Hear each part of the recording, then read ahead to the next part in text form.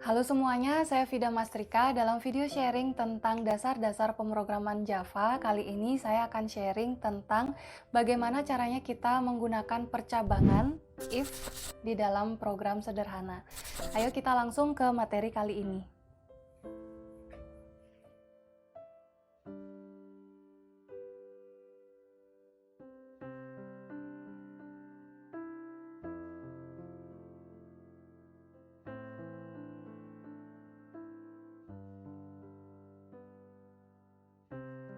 Oke, kali ini saya akan langsung menjelaskan tentang bagaimana caranya kita menggunakan percabangan if, ya, if yang paling sederhana. Formatnya adalah seperti ini. Kita ketik if dulu dengan semuanya lowercase, setelah itu ada kurung buka dan kurung tutup biasa. Di dalam tanda kurung ini kita akan memberikan kondisinya ya. Jadi kalau diterjemahkan ini jika kondisi yang ada di dalam ini terpenuhi.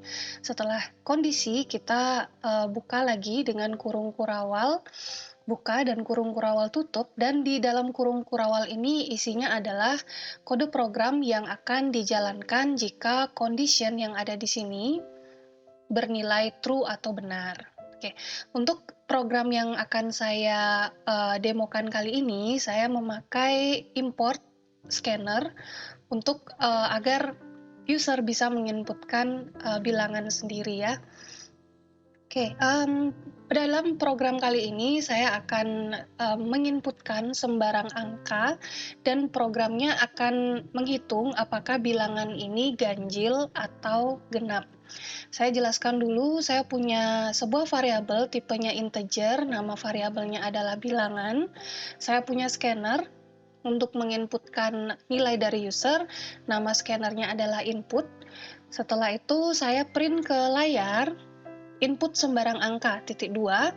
Setelah itu saya akan mengisi variabel bilangan yang sudah dideklarasi di sini dengan input scanner titik next int. Jadi bilangan yang akan saya masukkan setelah ini, setelah kata input sembarang angka ini, akan dimasukkan ke variabel bilangan.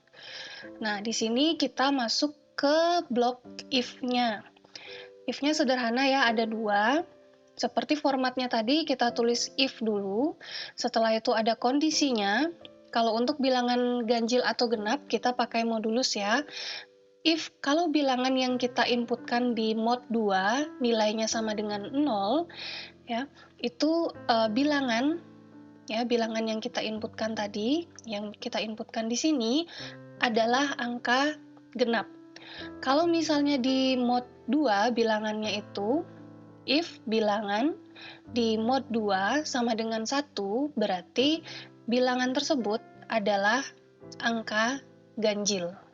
Nah, seperti itu untuk if. Kalau misalnya kalian punya berbagai kondisi, kalian bisa tambah lagi if-nya di bawah kalau kalian ingin pakai if sederhana ya.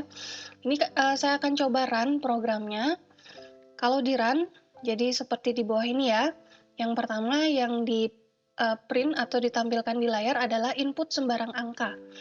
Jadi seperti ini, saya akan input sembarang angka, misalnya 25. Saya akan enter. Nah, jadi jawabannya adalah 25 adalah bilangan ganjil.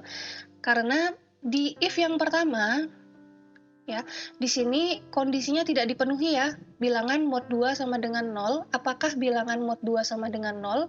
Di sini tidak dipenuhi, jadi apa yang ada di dalam blok if ini tidak akan dikerjakan. Terus kita ke bawah lagi, apakah bilangan di mod 2 sama dengan 1? Ternyata benar. 25 mod 2, sisanya adalah 1. Jadi ini akan dijalankan, makanya yang keluar adalah angka ganjil. Kalau saya coba run ulang dan memasukkan angka genap, jadi blok yang dijalankan adalah yang di atas saja. Yang ini tidak akan dijalankan karena kondisi yang ada di sini bernilai salah. Misalnya 14 ya. Oke, di sini hasilnya 14 adalah angka genap. Ya. Contoh lainnya untuk if, Masih dengan struktur yang sama, if sederhana. Di sini saya akan membandingkan dua bilangan. Kalau tadi mengecek apakah bilangannya ganjil atau genap, di sini saya akan input dua bilangan dan membandingkan apakah bilangan pertama itu lebih besar dari bilangan kedua, atau bilangan pertama itu lebih kecil dari bilangan kedua, atau bilangan pertama itu sama dengan bilangan kedua. Ya, saya jelaskan dari awal. Kita perlu import scanner juga karena kita perlu menginput secara langsung ya. Setelah itu saya deklarasi dua buah variabel tipenya integer karena saya perlu dua bilangan di sini. Setelah itu saya punya scanner namanya input. Yang pertama kali di print ke layar adalah input nilai variabel bilangan 1. Berarti ini adalah bilangan yang pertama, kita input. Setelah kita input, sistem akan bertanya lagi untuk meminta lagi kita untuk menginput nilai variabel bilangan yang kedua. Setelah kita input kedua variabel tersebut, kita akan langsung masuk ke blok if. Yang pertama kita cek adalah jika bilangan 1 lebih besar dari bilangan 2, kalau ini kondisinya true, yang di print adalah nilai variabel bilangan 1 lebih besar dari variabel bilangan 2. Kalau misalnya ini bernilai salah, ya misalnya bilangan 1 tidak lebih besar dari bilangan 2, ini akan di skip ya. Ini kodenya tidak akan dijalankan, langsung ke blok if yang selanjutnya. Ditanya lagi, if bilangan 1 lebih kecil dari bilangan 2. Kalau misalnya ini kondisinya true, yang di print adalah ini. Kalau misalnya false ya, misalnya bilangan 1 ini tidak lebih kecil dari bilangan 2 dan juga tidak lebih besar dari bilangan 2 ya, karena ini juga udah di skip, yang ini juga tadi salah, berarti masuk ke blok if yang ketiga. Kita cek jika bilangan 1 sama dengan bilangan 2. Kalau misalnya ini terpenuhi, berarti yang di print adalah yang ini.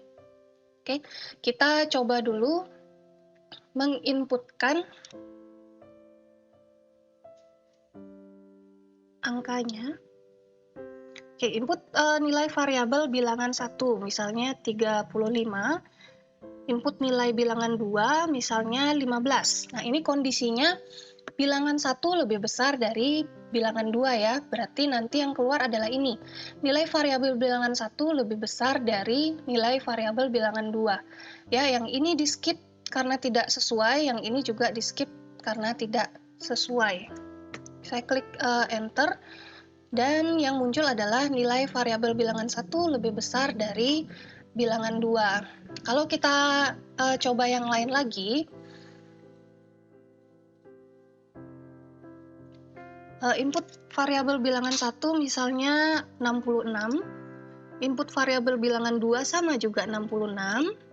Oke. Kalau seperti itu berarti yang ini skip ya karena tidak sesuai dengan kondisi. Yang kedua if-nya juga di skip karena tidak sesuai kondisi. Nanti yang di print adalah yang ini karena sesuai dengan kondisi. Nilai variabel bilangan 1 sama dengan nilai variabel bilangan 2. Oke? Nah, itu dia penjelasan tentang bagaimana caranya kita menggunakan percabangan if di dalam sebuah program sederhana. Tentunya ada percabangan yang lainnya ya, yang saya akan jelaskan di video selanjutnya, yaitu if else. Sampai bertemu di video saya yang selanjutnya.